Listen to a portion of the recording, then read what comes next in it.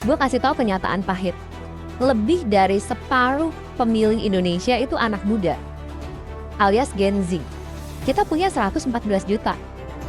Tapi tetap diperlakukan kayak angka, bukan manusia dengan masa depan. Elit sibuk rebutan kursi dan atur ulang UU buat kepentingan mereka. Kita sibuk mikirin kerja dan bayar sewa. Ini bukan soal apatis, ini soal politik yang gagal ngerti kita. Dan jujur aja, kita udah capek dimainin.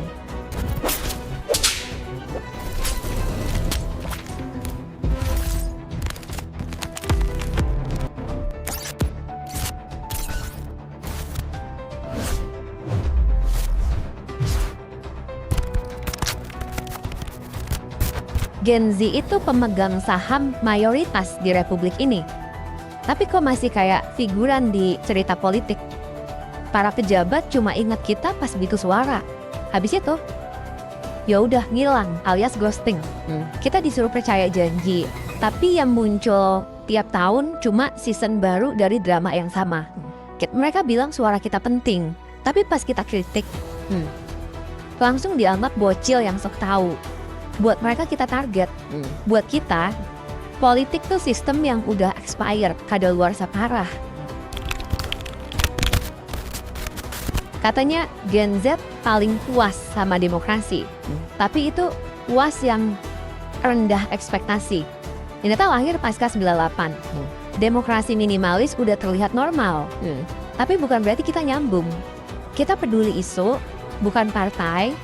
Kita aktif, tapi nggak dianggap aktor politik. Para elit ngomongin soal proyek miliaran, sedangkan kita ngomongin bank, info locker.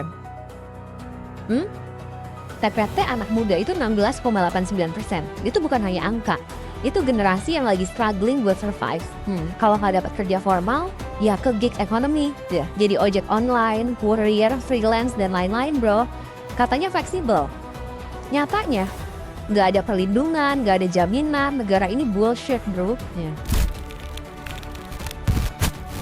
Harga rumah naik terus, gaji kita nggak ngejar sama sekali bro. Gila nggak? Terus para elit bilang, kita kebanyakan jajan kopi. Hey bro, masalahnya ini kalian, bukan latte. Di Jakarta, rasio harga rumah dengan pendapatan itu 10,3 kali lipat dari pendapatan. Gila nggak sih? Ingin jadi anggota DPR? Segera lu siapin uang 2-25 miliar. Lu pikir kita nyetak uang? Dunia politik itu seperti klub eksklusif. Isinya tokoh-tokoh lama beserta anak-anaknya. Inilah Indonesia bro.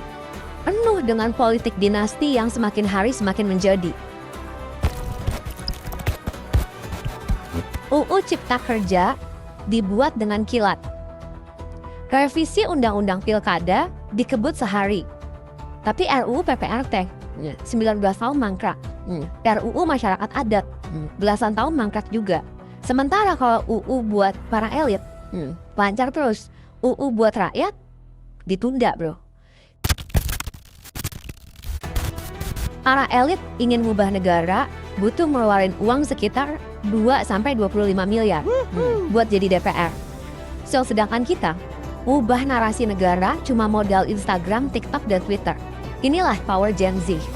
Contoh paling gokil peringatan darurat dengan logo Garuda Biru. Gerakan organik yang sukses ngerem DPR. Kita pilih berdasarkan isu, integritas, lingkungan, kerjaan, anti korupsi.